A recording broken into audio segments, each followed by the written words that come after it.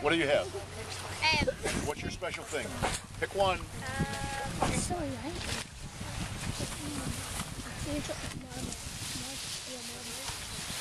Is this precious to you? You don't want it broken? I'm just going to break off a little corner of it. Very soft.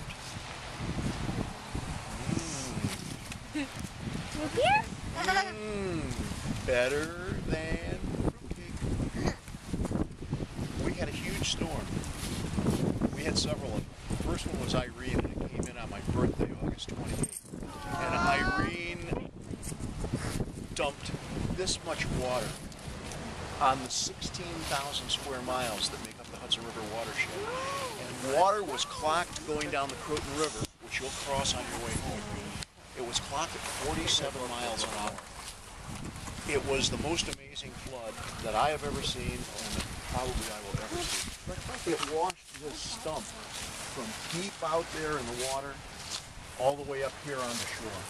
And when that stump ended up on shore, 5,000 barnacles died. Wow. This stump had been out there for 50 years, 100 years. And Irene washed it up on shore. Irene tore into marshes and swamps all up and down the Hudson River. And this is peat. In Ireland, they cut this out of the earth and dry it out and burn it for fuel to keep themselves warm. But underneath most of our marshes in the Hudson Valley is something like this. It's very highly compressed organic material. If we were to wait only a few tens of millions of years, this could easily turn into oil. That's where our oil comes from, plants and animals that lived millions and millions of years ago and compressed under the earth. And as they decayed, the oil in their tissues, whether they were plants or animals, formed into pools, and that's what oil people are looking for. So this is peat. It's a souvenir. Cool. Great job, Lauren. We're going to start on this end. Good job, Lauren. What have you got for me? I got this and this. Which one is which? Which is, make your choice. Okay, this is history. What color is that? That's history. What color? Red. Brick. Kind of Red. And 14,000 years ago, there was 2 miles of ice right here. 2 miles of ice. going up. And as that ice moved, it created glacial action. It was a glacier. It was the Wisconsin Glacier, the 3rd Wisconsin Glacier. It came down out of the northeast and scraped across Westchester County. And when it left, when it melted its way back to the north, it left behind huge amounts of clay. And when the Europeans came to the Hudson Valley, they wanted bricks. And so here on the point, they made millions and millions of bricks. They scraped clay out of the earth. They mixed it with coal dust. They baked it in ovens, and they made millions upon millions upon millions of bricks. And underneath the street in Austin, when they tore up Route 9 a few years ago, I looked and I saw Underhill bricks that were made at Croton Point. When a brick didn't come out right, have you ever baked cookies? Yeah. Ever baked a cake? Yeah. Ever had a cake not come out right? Yeah. Ever had a cookie not come out right? Yeah. Okay, well their bricks didn't always come out right, and they would take the broken bricks or the cracked bricks or the bricks that got scorched, and they would put them along the shoreline to keep the shoreline from eroding, washing away. And the bricks are soft. And so this was once a brick this long and this high, and it weighed 3 pounds. And this is all that's left, a little red pebble. I see a tornado. That is history. Good one, Catherine. got? Woohoo! Talk to me, girl. Do you have something you want? What do you want to show, Lily? Nothing? That's really good. Does anybody know what that is? I thought it was a bowling ball. What? Sea glass. You merry dreamer. This is not sea glass. Who knows what it is? I'm just guessing, but it might be a trick. Is it a bowling ball? It's a chunk of a bowling ball. Somebody must have had a really, really bad night. They came, you know, is that brick, would you say that brick was good or bad for the river? Good. In the bag. No? Good. It's not bad. It's not bad because the clay came out of the river in the first place. It's not toxic. Toxic means poison. It's not poison. Is this good or bad for the river? This is not good. This is made of plastics. And plastics, whether they're hard like this or very soft like the styrofoam, break down. And in very short order, this will be millions upon millions upon millions of little pieces. This was square when it fell into the Hudson River. Look how it's been rounded off. This is what does the sandpaper. All the beaches on the Hudson River are sandpaper. They round it off. Do you see that stick, the walking stick that our friend is holding? Look how the bark has been rubbed off by the sand. That's how things get smooth. What about this one? That's yeah. Well, that one's smooth too. That's a nice stick. Okay, so this is not good for the river. This is bad news. And what we find is that as these plastics get broken down into smaller pieces, sometimes birds and other animals see them as being food sources. And can you imagine a mother bird picking up 20 or 30 pieces of plastic like that and taking them back and feeding them to her chicks? Not good. Not good. They would die. They would die. And they do die. They die by the thousands in the United States every year from being fed plastic or getting wrapped up in plastic fishing line or plastic strapping tapes.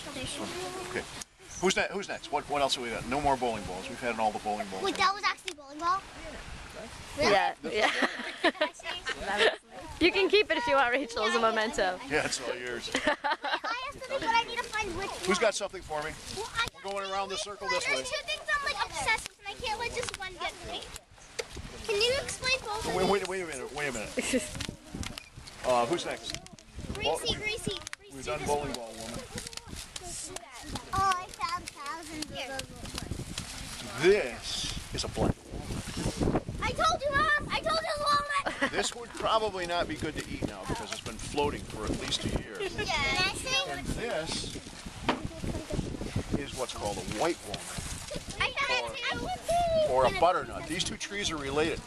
I have a black walnut tree in my yard, and it takes me all fall to pick up the nuts. The squirrels help me a little bit. But this was my mother's favorite nut, butternuts. But there's a virus that's been brought to this country over the last 20 years, and from north to south, the butternut trees are dying. And by the time you're my age, there will be no more butternut trees. Unless somebody finds a cure, they're going to go extinct. You can eat both those nuts, though? You can eat both of those when they're off the tree. Oh, this one is This makes chop. beyond belief. Chocolate chip cookies made with walnuts, black or white, are amazing. Okay, here are my stuff. Okay, you have to make me a promise before I tell you what these are. Uh-huh. You're not going to put these in your pocket and put your clothes in the wash. Okay. Okay, because that's caused a lot of trouble. His name is Bob. All right. I can't tell you anything as long as you're jabbering like monkeys. This has the unfortunate tendency to always land with a point up. How do you think that would feel if you stepped on it? Well, it would feel even worse if you live 50 miles upriver, because up where these grow, the points are this long. And that part of the point is jagged and just little barbs like this hard. If you step on one of those or pick one up in your hand, the first thing that happens is that breaks off. Well, this is an alien. Is that what happened to this one? Not a Hollywood alien. Does it come from This is an alien species. This does not belong here. This is the European water chestnut. One seed of the European water chestnut. We get a lot of seeds. These are seeds. These are seeds. I've seen other seeds. I saw other people carrying seeds today. But somebody brought these to this country. Actually, it was almost 150 years ago. A Jesuit priest in the Mohawk Valley had a hobby of collecting water plants from all over the world. And so he would write to his fellow Jesuits, wherever they were, in China, Japan, Europe, doesn't make any difference. And he would say, send me some plants. And they would send him seeds or send him plants. And he had a pond up in the Mohawk Valley. And he had all these water plants growing there. A beaver came along and chewed a hole through the dam. And the water rushed out and carried out all the plants. And they found their way down the Mohawk. And now, if you go up around Poughkeepsie, this stuff grows so thickly in the summertime that you can't even paddle a canoe through it. You can't even sail a boat through it. It's like a green jungle. What we get down here are the seeds, but we don't have the plants because they can't tolerate salt water. And that's why these barnacles are good, because enough of the year to support the barnacles, there's brackish water out here. Why should I put it in the wash? Well, because They'll give it's you not holes going in to your do the clothes. washing machine or your clothes in. I'll turn them I've black. had reports of people coming to these programs and going home with pockets full of things like this and throwing them into the... So is this good or bad for the river? Good. It's not good. It's an alien species, and it outcompetes some of the native vegetation where fish and crabs and shrimp like to hide. So we've gone downhill because this is here. It's the Latin name is Trapanatans, and it's the European water chestnut. Why is it bad? I don't know what this is. It's Whose turn is it? mine. No, it's hers. No, it's Well, they- Well, let's play fair. Let's be fair, because we're going to run out of time. This has layers. This is a sandwich stone. It's called a sedimentary stone because it was laid down in layers. As the stream, whatever stream this came from, whatever river it came from, as the waves came in, they dropped loads of silt and sand, and then it was compressed by great weight and formed sedimentary rock. Who's next? Ah! Beach glass. What color is that?